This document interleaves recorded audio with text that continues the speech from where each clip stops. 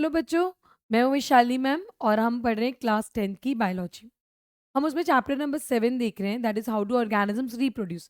ये चैप्टर हम ख़त्म करने के वर्ज पर है बच्चों। इस चैप्टर में हमने रिप्रोडक्शन से रिलेटेड काफ़ी कुछ चीज़ें डिस्कस की है। हमने असेक्सुअल रिप्रोडक्शन के बारे में डिस्कस किया, हमने सेक्सुअल रिप्रोडक्शन के बारे में डिस्कस किया।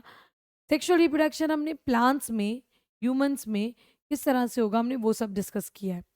लास्ट लेक्चर में हमने female reproductive system, male reproductive system, fertilization और बेबी का implantation, that is embryo implantation कैसे होता है, हमने ये सारी चीज़ें जो थी वो लास्ट लेक्चर में कंप्लीट कर दी।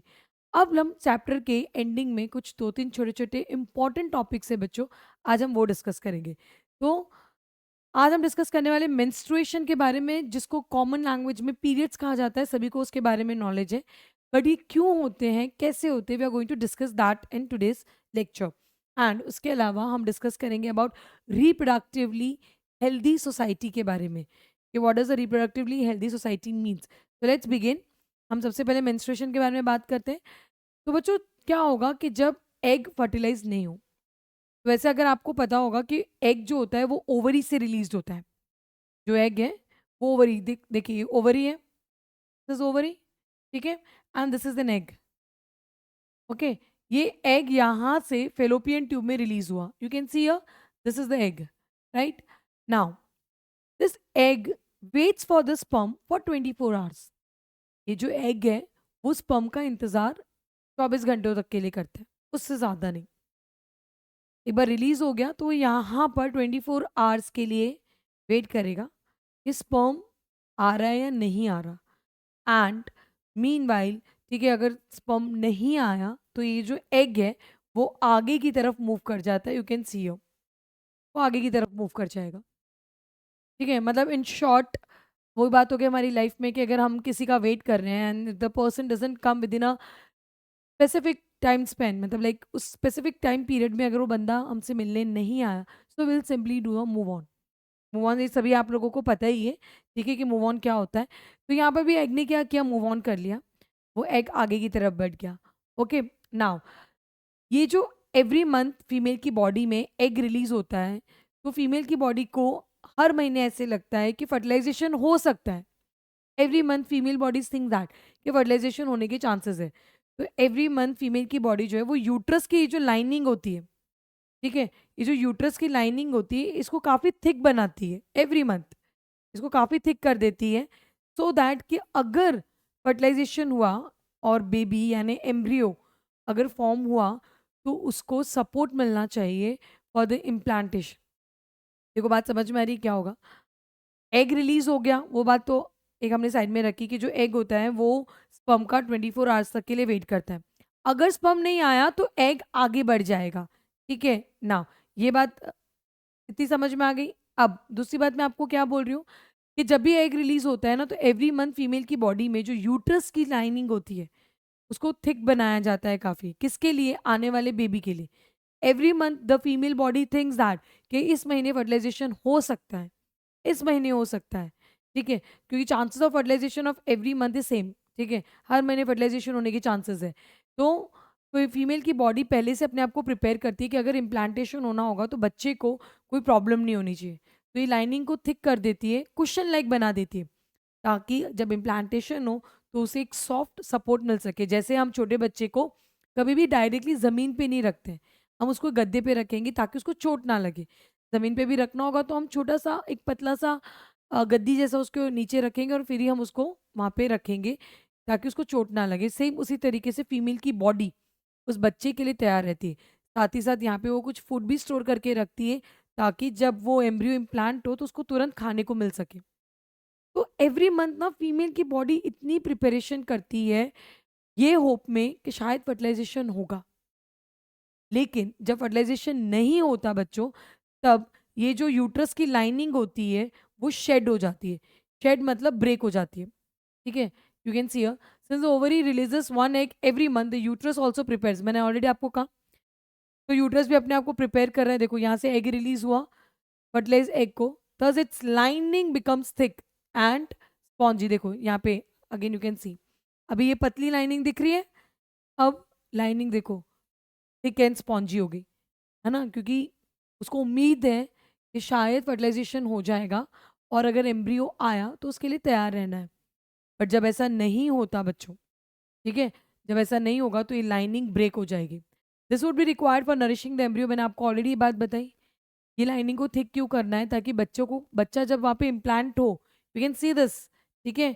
ये छोटा-सा बेबी आपको ये दिख रहा है इम्प्लांटेशन, है ना? तो जब बेबी वहाँ पे इम्प्लांट होगा तो उसको वहाँ से नरिशमेंट मिलना चाहिए। इसके लिए ये तैयारी होती है। नाउ जब ये लाइनिंग की कोई ज़रूरत नहीं है, फर्टिलाइज़ेशन नहीं हुआ, तो वो जो थिक लाइनिंग बनाई गई उसका काम ही क्या है? भई बट फर्टिलाइज़ेशन तो हुआ नहीं, तो baby is not going to come, right? तो क्या होगा कि वो जो लाइनिंग है उसको ब्रेक कर दिया जाएगा। See this lining is not required. जो चीज़ रिक्वायर्ड नहीं है, कट करो, बॉडी से बाहर निकालो, ठीक है? सो ये लाइनिंग को ब्रेक कर देते हैं और ये देखो ब्लड के फॉर्म में ये वजाइना के थ्रू जो ब्लीडिंग है, वो स्टार्ट हो जाती है। तो every month a female faces periods, जिसको हम साइंटिफिक टर्म में कहते हैं मेंस्ट्रुएशन। ये जो मेंस्ट्रुएशन होता है वो जनरली 2 से 8 दिनों तक रहता है डिपेंडिंग ऑन फीमेल्स, ठीक है? सबकी अलग-अलग बॉडी होती है, किसी फीमेल को 2 ही दिन रहता है, किसी को 3 दिन रहता है, किसी को ये ब्लीडिंग 8 डेज़ तक रह सकती है। 8 डेज़ तक ब्लीडिंग होना नॉर्मल है। उससे ज़्यादा होती है तो you need to consult to the doctor, ठीक है? और ये जो मेंस्ट्रुअल साइकिल होती है, ठीक है? ये जो एवरी मंथ जब मेंस्ट्रुएशन स्टार्ट होता है तो उसके दौरान फीमेल की बॉडी में ये एग का रिलीज़ होना, यूट्रस लाइनिंग का फॉर्म होना, this cycle is of 28 to 29 days. 28 से 29 डेज़ की होती है। वैसे जनरली देखने जाओ तो, लेकिन अगेन अलग-अलग फीमेल में वेरी करती है। It can vary from 21 days to 35 days, ठीक है? वैसे नॉर्मल केसेस में क्या होगी वो 28 से लेके 29 डेज़ की साइकिल होती है, बट ज़्यादातर केस में हमने देखा है कि 21 से 35 डेज़ तक की भी जो साइकिल है that is considered as normal, that is considered as normal. तो समझ में आ गया ना तुम्हें क्या हो रहा है? जो एग है वो स्पर्म का वेट कर रहा है। कितनी देर वेट कर सकता है? 24 आवर्स, यानी 1 दिन तक। स्पर्म नहीं आया तो एग ने मूव ऑन कर लिया। अब जब भी एग रिलीज़ होता है तो एवरी मंथ फीमेल की बॉडी का जो यूट्रस है वो अपने आप को प्रिपेयर करता है कि कहीं शायद एम्ब्रियो आएगा तो। वो अपनी लाइनिंग को क्या करता है? थिक कर लेता है। और जब फर्टिलाइज़ेशन नहीं होता तो ये लाइनिंग ब्रेक हो जाती है और ब्लीडिंग स्टार्ट हो जाती है, जिसे हम पीरियड्स कहते हैं या मेंस्ट्रुएशन कहेंगे। सिंपल लॉजिक समझ में आ गया कि फीमेल की बॉडी में मेंस्ट्रुएशन क्यों होता है और इसका इम्पोर्टेंस समझ में आया। जिस फीमेल में मेंस्ट्रुएशन वर्क हो रहा है दैट मीन्स इट्स गुड, उनका रिप्रोडक्टिव सिस्टम बहुत अच्छे से काम कर रहा है। प्यूबर्टी एज में अगर मेंस्ट्रुएशन नहीं स्टार्ट होता है तो थोड़ा सा चिंता का रीज़न बन जाता है। क्यों? क्योंकि अगर मेंस्ट्रुएशन नहीं हो रहा है मतलब बॉडी में कुछ तो लोचा है, या तो एग रिलीज़ नहीं हो रहा होगा या यूट्रस की लाइनिंग थिक नहीं हो रही होगी, तो जिससे आगे जाके प्रेग्नेंट होने में प्रॉब्लम हो सकती है। तो मेंस्ट्रुएशन हो रहा है तो अच्छी बात है, इट्स अ गुड साइन। देखो यहाँ से ब्लीडिंग वजाइना के थ्रू बाहर, और इसमें यूट्रस की जो एक्स्ट्रा लाइनिंग थी वो भी शेड हो जाएगी और जो एग था वो भी बाहर आ जाएगा। Next, this cycle takes place रफली एवरी मंथ, मैंने आपको ऑलरेडी कहा, this is called menstruation. Okay, it is usually last for about 2 to 8 days। देखो ये जो रेड कलर से शो किया है बच्चों, यहाँ पे ब्लीडिंग होती है। बाकी के टाइम में यहाँ पर क्या होता है, जो एग्स होते हैं ना उनका डेवलपमेंट होता है और रिलीज होता है। बाकी के टाइम में जैसे एग्स का डेवलपमेंट हो रहा है, यहाँ पे you can see it's return ovulation. देखो यहाँ पे तुम देख सकते हो ओव्यूलेशन लिखा है, ये दिख रहा है। यहाँ से ये जो एग है ये रिलीज हो रहा है, तो this time is your ovulation, ये ओव्यूलेशन का टाइम है। यानी एग जनरली 14th डे पे रिलीज होता है। 14 डे मतलब जब पीरियड स्टार्ट हो जाते हैं फर्स्ट डे, तो उसके 14th डे पर एग रिलीज होता है, ठीक है? And that is the most fertile period, ठीक है? इस टाइम पे सेक्सुअल इंटीमेसी करने से प्रेग्नेंट होने के चांसेस सबसे ज़्यादा होते हैं। तो ये 28 डेज़ की साइकिल है बच्चों टोटल, और मैंने कहा ना सब फीमेल की बॉडी अलग-अलग होती है तो सब डिपेंड करेगा। Next reproductive, okay. अब ये आपको समझ में आ गया कि पीरियड्स क्यों होते हैं, मेंस्ट्रुएशन क्यों होता है, 28 से 29 डेज़ होता है। Okay, next. अब जनरली दो जो मेल और फीमेल है यानी जो एक कपल है वो फिजिकल इंटीमेसी रखते हैं, ठीक है? यानी सेक्सुअल कोहैबिटेशन रखते हैं, तो चांसेस है कि वो डिजीजेस स्प्रेड कर सकते हैं through sexual contact, and we call them sexually transmitted diseases, ठीक है? Since the sexual act is very intimate connection of bodies, it is not surprising that many diseases can be sexually transmitted.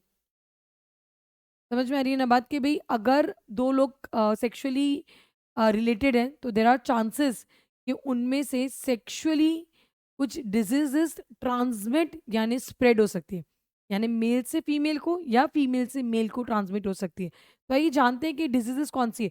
तो sexually transmitted diseases word का meaning समझ में आ रहा है। Sexually मतलब sexual contact के थ्रू ट्रांसमिटेड यानी spread होने वाली डिजीजेस को हम बोलेंगे sexually transmitted diseases.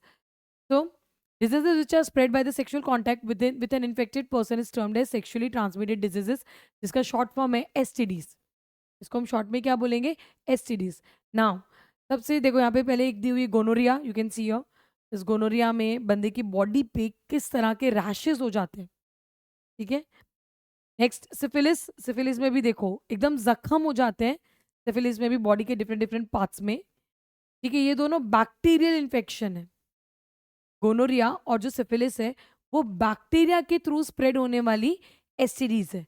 Okay, next ads, ads के बारे में तो सभी ने सुना होगा, है ना।